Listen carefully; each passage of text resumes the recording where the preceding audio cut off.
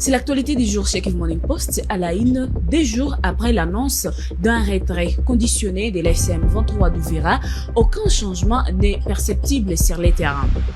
Et le porte-parole du gouvernement, Patrick Muyaya, qualifie l'annonce des retraits de l'FCM 23 à Uvira de diversion et exige l'application des accords de Washington. Bonjour, bienvenue dans les détails.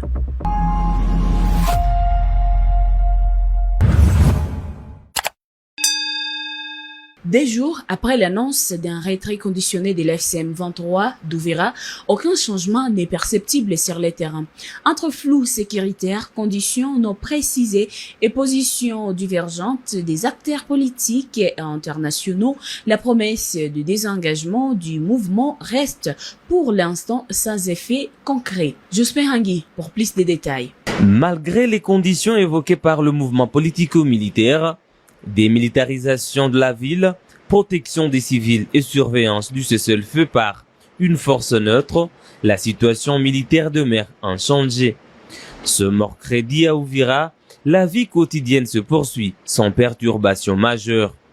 Les habitants vaquent librement à leurs occupations dans un climat de calme apparent. Mais derrière cette normalité, l'incertitude domine.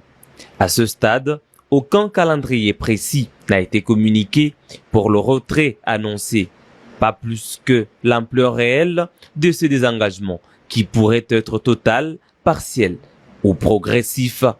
L'annonce de la 123 reste par ailleurs strictement limitée à la ville d'Uvira. Aucune clarification n'a été apportée concernant Makobola ni les autres localités conquises après le 10 décembre 2025. Le mouvement pose en outre des conditions strictes, refusant toute réoccupation immédiate de la ville par les forces armées de la RDC, FARDC ou les groupes d'autodéfense Wazalendo. La question centrale de la force neutre demeure floue. Aucun acteur n'a été formellement identifié pour assurer la démilitarisation et la surveillance du cessez-le-feu. La MONUSCO, absente du Sud Kivu, est rejetée par la F-123 alors que Kinshasa s'est toujours opposé à l'établissement d'une zone tampon. Dans ce contexte, la mise en place d'un mécanisme sécuritaire crédible apparaît comme un processus long et complexe.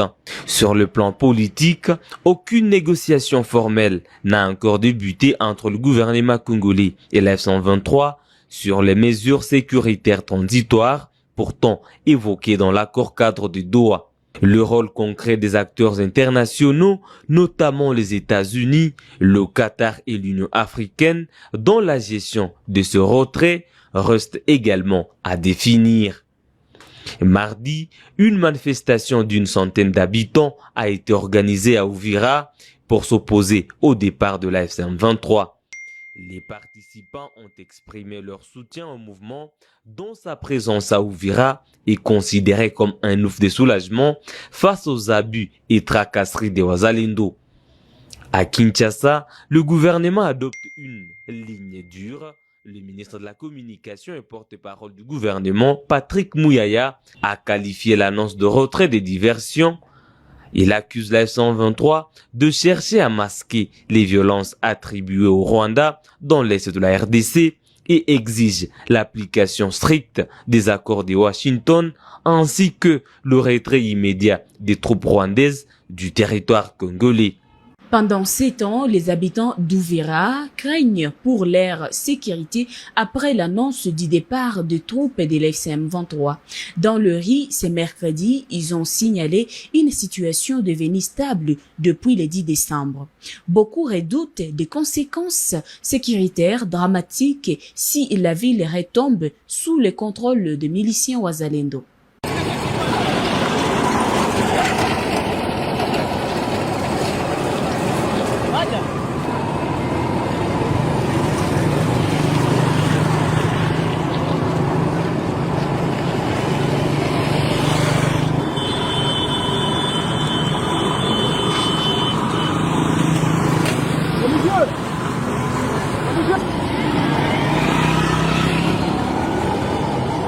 Mai na Iboro. Então, se sachê.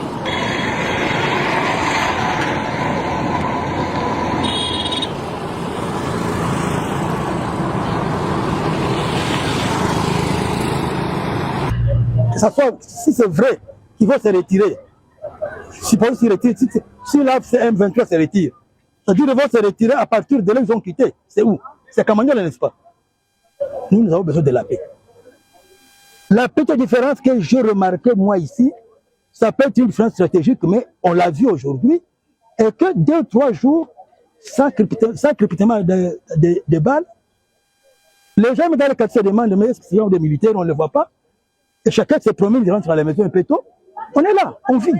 Sinon, si le crépitement allait continuer, on allait perdre les gens comme de mon âge. J'allais mourir dans la maison, dans la chambre, par dépression et tout ça, ainsi de suite. Mais la petite paix est là. Vous ne voulez pas qu'on parle de positivité?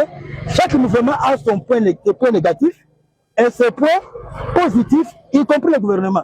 Bref, dans le gouvernement, il y a des diables et des petits, pas petits saints, il y a des bons et des mauvais. Dans AFM23, il y a aussi des bons et des mauvais. Partout où vous irez, vous trouverez des bons et des mauvais. Nous sommes du côté des bons.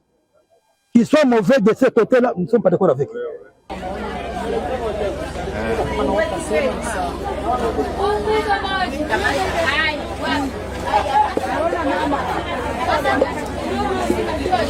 Mimi ni mama Furaha, naikala huko Kisokozaiwa, nachuruza uchuruzi budogo budogo. Ndio tulisikia kama abakuwa ba M23 banatatoka, lakini tulibaona asubuhi. Si hatukatali benye banatukamata mzuri na njoo hapo tutaikala nao. Tunataka amani, tunataka amani, tunataka amani tu. Ndio yenye si tunalilia. Kwanza si hatuna maisha, hatuna kitu chochote, lakini si tunataka amani, tuikale na amani.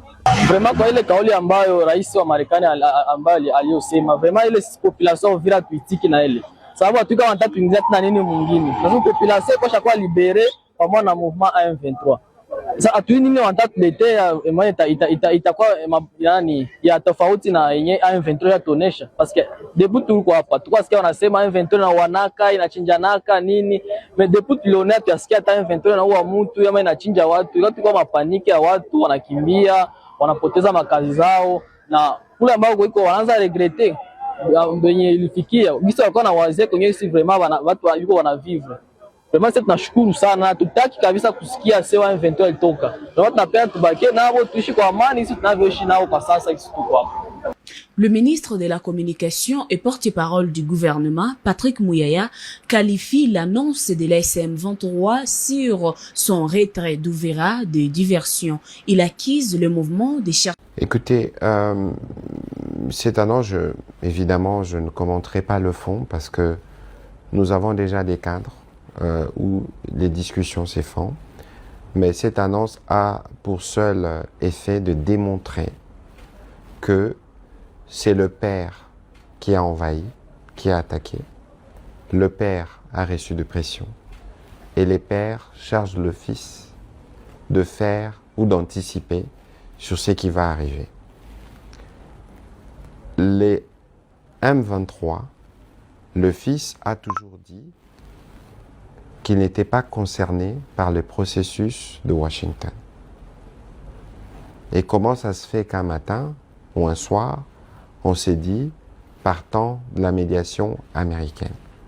Il est évident ici que c'est une fuite en avant du Rwanda qui veut faire semblant ou faire du maquillage pour nous distraire. Il est évident que ce qui est arrivé à Uvira ne devrait jamais arriver, que ce soit en référence au processus de Doha ou au tout frais processus de Washington. Donc il est évident que nous avons, nous, dans le cadre de la médiation américaine, des garants qui suivent les processus et qui doivent tirer les conséquences de cette violation manifeste de tout ce qui avait été convenu. Ce n'est pas seulement une violation de ce qui a été convenu, mais c'est aussi une succession des crimes. Je pense que vous avez eu l'occasion de suivre ma collègue au cours du débat au Conseil de sécurité. Je ne voudrais pas revenir sur ce qu'a dit le représentant américain dans les détails de ce que nous savions déjà. Il est établi donc désormais que pour tout le monde, vraiment comme né sur le visage, que c'est le Rwanda et l'armée rwandaise qui opèrent. Parce que les derniers événements que nous avons suivis particulièrement dans l'axe Kamanyola-Uvira ont commencé notamment par le missile parti du territoire rwandais. Et donc, ce qui a été fait hier ne concerne que leurs signataires. Et ce qui est évident pour nous, c'est que nous attendons que ce qui est prévu dans l'accord de Washington s'applique pleinement.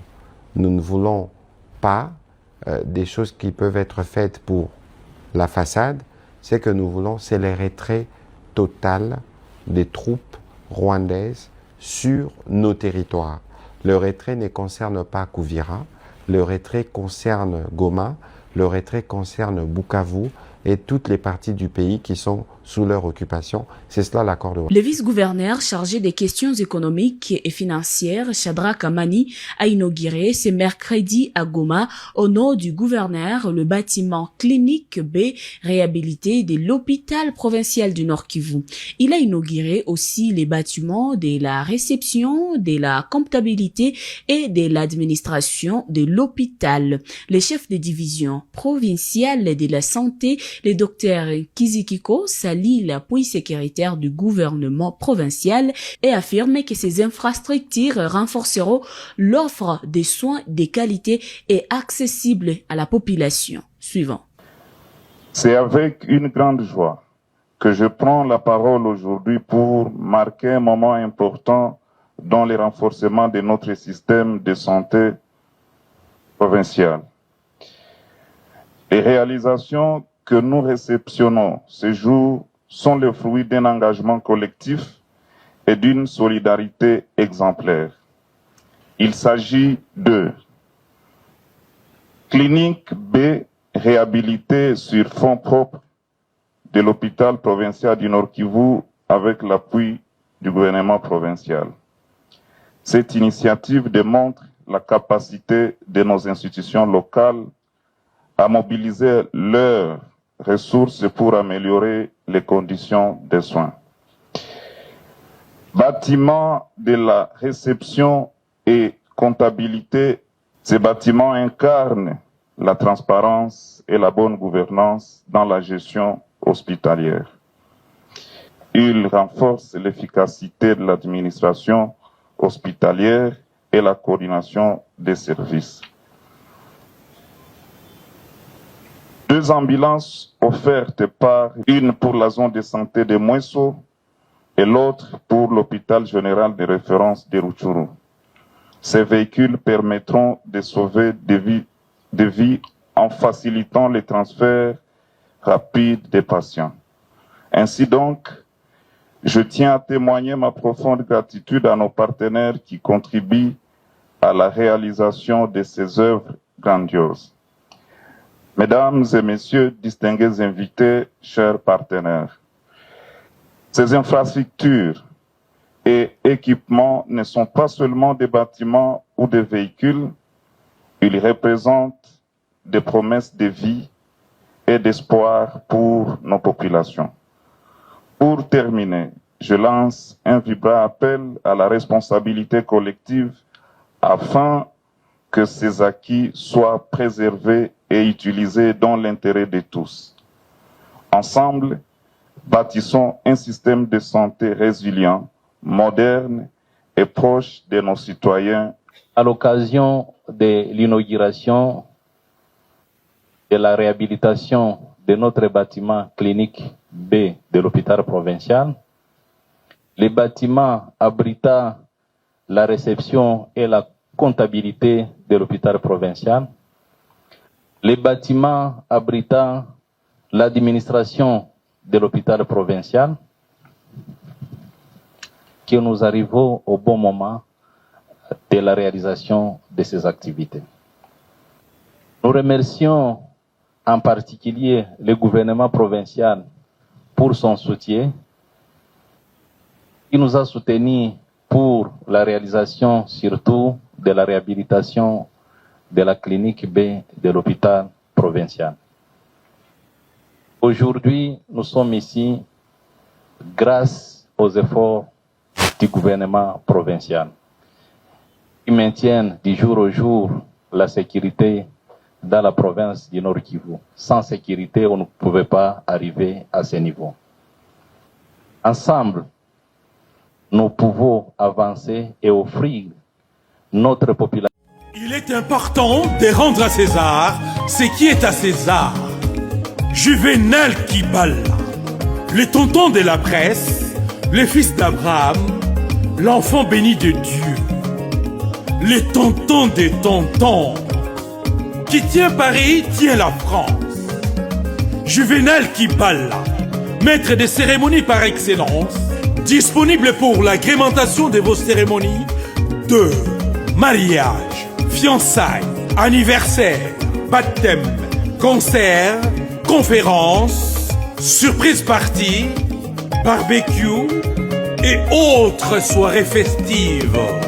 Juvénal Kibala. La maîtrise des cérémonies, c'est son dada. Adressez-vous aux professionnels. Contactez-le au plus 33 7 53 91 59 13.